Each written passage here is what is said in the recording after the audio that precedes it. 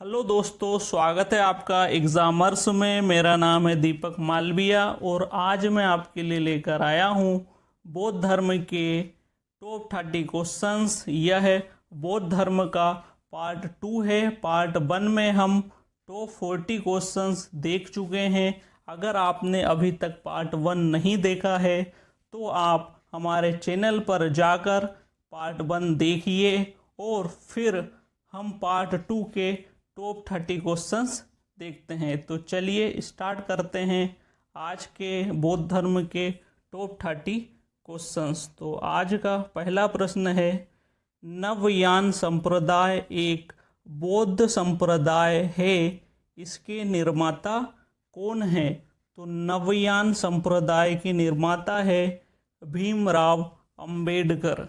भीमराव अंबेडकर ने बौद्ध धर्म के संप्रदाय नवयान संप्रदाय की स्थापना की है। तो इसका सही आंसर है भीमराव अंबेडकर। अगला प्रश्न है, भारत में प्रथम बार महायान बौद्ध ने आदर्श पूजा का अभ्यास प्रारंभ किया। इन्होंने कब ये अभ्यास प्रारंभ किया? तो इसका सही आंसर है पहली शताब्दी ईसा पूर्व। तो भारत में सर्वप्रथम आदर्श पूजा का अभ्यास प्रारंभ किन्होंने किया? महायान बौद्धों ने किया और पहली शताब्दी ईसा पूर्व में किया। अगला प्रश्न है, किस बौद्ध संगीति से बौद्ध ग्रंथों में संस्कृत का प्रयोग प्रारंभ हुआ था? तो इसका सही आंसर है चतुर्थ बौद्ध संगीति। चतुर्थ बौद्ध संगीति के आयोजन के पश्चात बौद्ध ग्रंथों में संस्कृत भाषा का प्रयोग प्रारंभ हुआ। अगला प्रश्न है, निम्नलिखित में से कौन सा बौद्ध धर्म का महत्वपूर्ण तीर्थ स्थल है? यह बहुत आईएमपी क्वेश्चन है। तो यह तीर्थ स्थल है दीक्षा भूमि। दीक्षा भूमि तीर्थ स्थल महाराष्ट्र में स्थित है। महाराष्ट्र में बौद्ध धर्म का तीर्थ स्थल है जिसका नाम है दीक्षा भूमि। दीक्षा भूमि में 14 अक्टूबर 1956 को डॉक्टर भीमराव अंबेडकर ने अपने 5 लाख से अधिक अनुयायियों को बौद्ध धर्म की शिक्षा दी थी इस स्थान पर, दीक्षा भूमि पर। और यह कहाँ स्थित है? महाराष्ट्र में स्थित है। और भारत में बौद्ध धर्म का पुनरुत्थान इसी स्थान से माना जाता है जिसका नाम है दीक्षा भूमि। याद रखिएगा यह महाराष्ट्र में स्थित है। अगला प्रश्न है, बौद्ध संरचना धामेक स्तूप कहाँ पर है? तो बौद्ध संरचना धामेक स्तूप स्थित है सारनाथ में। याद रखिएगा। अगला प्रश्न है, किस स्मारक से गौतम बुद्ध ने दुनिया के लिए बौद्ध धर्म के अपने दिव्य ज्ञान का प्रसार किया? तो महाबोधि मीनार इसका सही आंसर है। महाबोधि मीनार से गौतम बुद्ध ने दुनिया के लिए बौद्ध धर्म के अपने दिव्य ज्ञान का प्रचार किया। इसका सही आंसर है महाबोधि मीनार। अगला प्रश्न है, निम्नलिखित में से कौन महायान बौद्ध मत के मूल विचारों के निरूपण से संबद्ध था? तो इसका सही आंसर है नागार्जुन। नागार्जुन महायान बौद्ध धर्म के मूल विचारों से संबंध रखते थे। अगला प्रश्न है, निम्नलिखित में से कौन सी प्रथम बौद्ध नन थी? प्रथम बौद्ध नन मतलब होता है कि प्रथम महिला जिसने बौद्ध संघ में प्रवेश लिया। वह कौन थी? वह थी प्रजापति गौतमी या प्रजापति गोमती, जो महात्मा बुद्ध की मौसी थी। इन्होंने ही महात्मा बुद्ध का पालन पोषण किया था। अगला प्रश्न है, भारत से पूरे दक्षिण पूर्व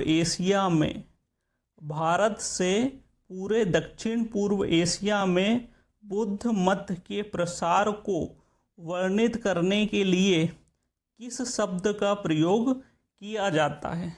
तो किस शब्द का प्रयोग किया जाता है?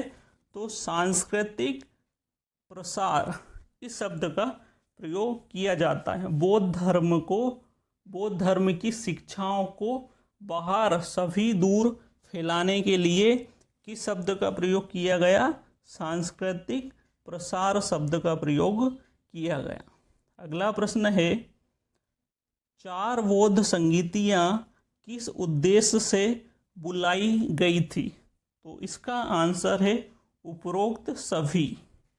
ये 4 बौद्ध संगीतियों के उद्देश्य थे धार्मिक ग्रंथों के संकलन के लिए, धार्मिक विवादों के निदान के लिए, संघ में एकता बनाए रखने के लिए। तो इसका सही आंसर है उपरोक्त सभी।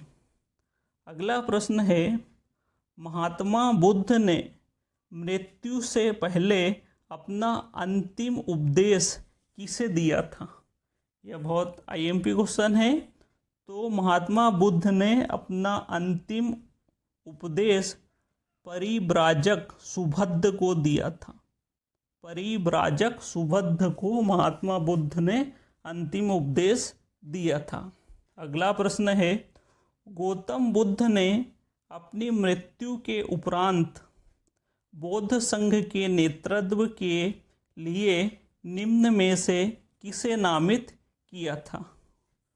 तो महात्मा बुद्ध ने अपना उत्तराधिकारी किसे बनाया था? तो महात्मा बुद्ध ने अपना उत्तराधिकारी किसी को भी नहीं बनाया था। तो इसका सही आंसर है इनमें से कोई नहीं। महात्मा बुद्ध ने किसी को भी अपना उत्तराधिकारी नहीं बनाया था। अगला प्रश्न है, राजा कनिष्क के समय तक बौद्ध धर्म स्पष्टता किन 2 संप्रदायों में विभक्त हो गया था? तो इसका सही आंसर है तीसरा, महासंघिक और थेरवाद। अगला प्रश्न है, निम्न विद्वानों में से किसने तिब्बत में वज्रयान संप्रदाय की स्थापना की? किसने तिब्बत में वज्रयान संप्रदाय की स्थापना किसने की? तो इसका सही आंसर है दूसरा, पद्मसंभव। पद्मसंभव ने तिब्बत में वज्रयान संप्रदाय की स्थापना की। अगला प्रश्न है, भारतीय कला में बुद्ध के जीवन की किस घटना का चित्रण मृग सहित चक्र द्वारा हुआ है? भारतीय साहित्य में बुद्ध के जीवन की किस घटना का चित्रण मृग सहित चक्र द्वारा हुआ है? तो वह घटना है संबोधि। संबोधि घटना उस घटना को कहते हैं जब महात्मा बुद्ध को ज्ञान प्राप्त हुआ था। महात्मा बुद्ध के ज्ञान प्राप्ति की घटना को संबोधि कहा जाता है और संबोधि का जो चिन्ह है वह है मृग सहित चक्र। अगला प्रश्न है, बुद्ध के उपदेश किससे संबंधित हैं? तो बुद्ध के उपदेश संबंधित है आचरण की शुद्धता व पवित्रता से। तो इसका सही आंसर है आचरण की शुद्धता व पवित्रता। अगला प्रश्न है, बोध गया में महात्मा बुद्ध ने 2 बंजारों को उपदेश देकर अपना उपासक बना लिया था। निम्नलिखित में से 2 बंजारे कौन थे? तो वह 2 बंजारे हैं मल्लिक और तपस्सु। मल्लिक और तपस्सु को बुद्ध ने उपदेश देकर अपना उपासक बना लिया था। अगला प्रश्न है, अष्टांगिक मार्ग की संकल्पना अंग है।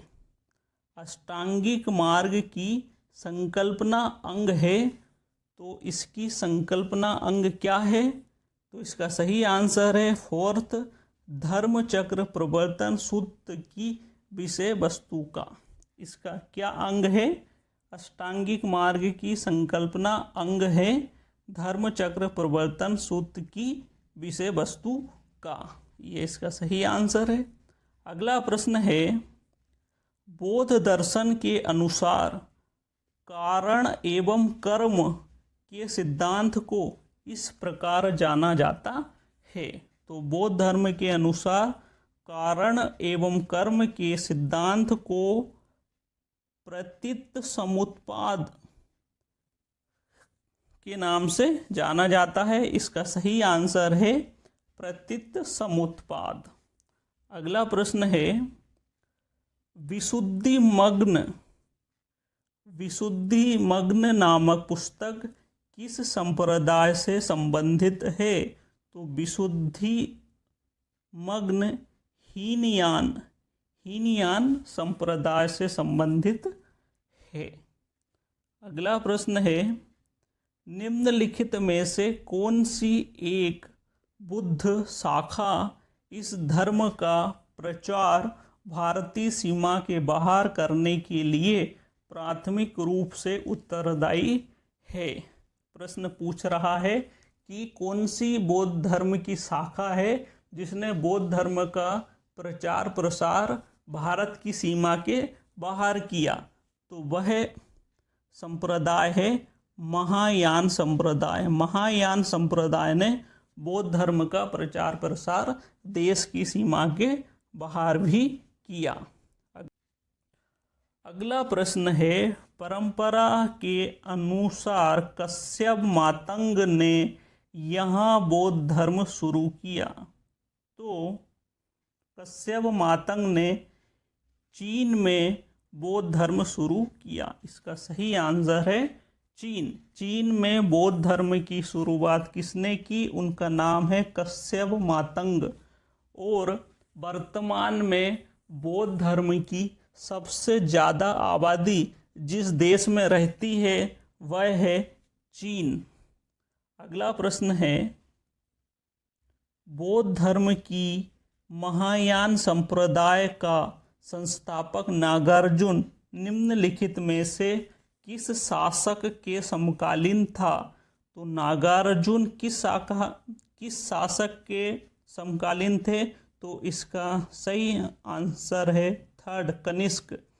नागार्जुन राजा कनिष्क के समकालीन थे। अगला प्रश्न है, जाति प्रथा के विषय में बौद्ध धर्म की क्या मान्यता थी? तो जाति प्रथा के विषय में बौद्ध धर्म की मान्यता थी जाति प्रथा विरोधी।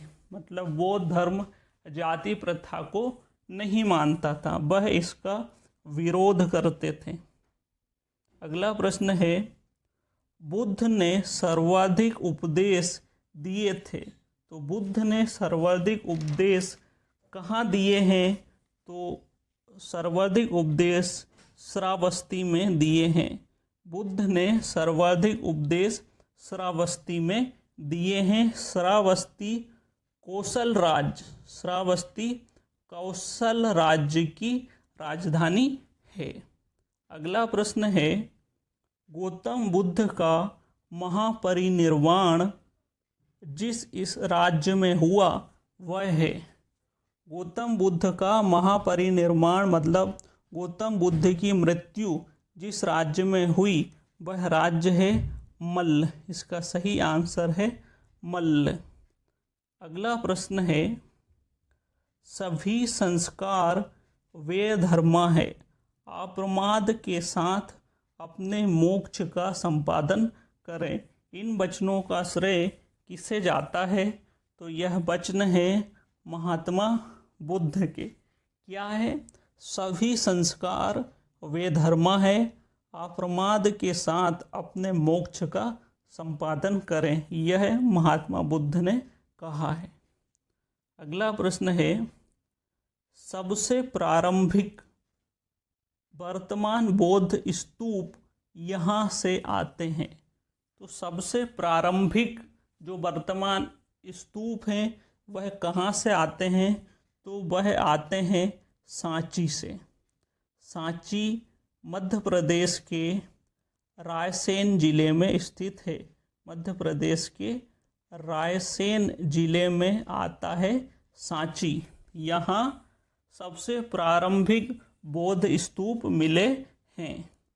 अगला प्रश्न है, गौतम बुद्ध के बारे में निम्न में से क्या सत्य है? तो देखते हैं क्या सत्य है। वे कर्म में विश्वास रखते थे, यह सत्य है। उन्होंने नैरात्मवाद एवं क्षणभंगवाद को स्वीकार किया, यह भी सत्य है। निर्वाण प्राप्ति में विश्वास करते थे, यह भी सही है। ईश्वरीय सत्ता में विश्वास करते थे, यह गलत है। महात्मा बुद्ध ईश्वर की सत्ता में विश्वास नहीं रखते थे। तो इसका सही आंसर है ए, बी और सी। अगला प्रश्न है, बुद्ध के पंचशील सिद्धांतों का वर्णन कहाँ मिलता है? तो बुद्ध के पंचशील सिद्धांतों का वर्णन छांदोग्य उपनिषद में मिलता है। कौन से पंचशील सिद्धांत हैं? सत्य, अहिंसा, अस्तेय, अपरिग्रह और ब्रह्मचर्य। ये बुद्ध के पंचशील सिद्धांत है और इनका वर्णन छांदोग्य उपनिषद में मिलता है। यहाँ बौद्ध धर्म का पार्ट 2 समाप्त होता है। अगर आपने अभी तक पार्ट 1 नहीं देखा है तो आप जाकर पार्ट 1 भी देखिए और पार्ट 2 भी देखिए। अगर आप दोनों वीडियो देख लेते हैं तो मैं निश्चिंत होकर ये बोल सकता हूँ कि आपका इस टॉपिक से कोई भी क्वेश्चन नहीं छूटेगा। अगर आपको यह वीडियो अच्छा लगा है तो वीडियो को लाइक कीजिए, शेयर कीजिए और चैनल को सब्सक्राइब कीजिए। धन्यवाद। जय हिंद।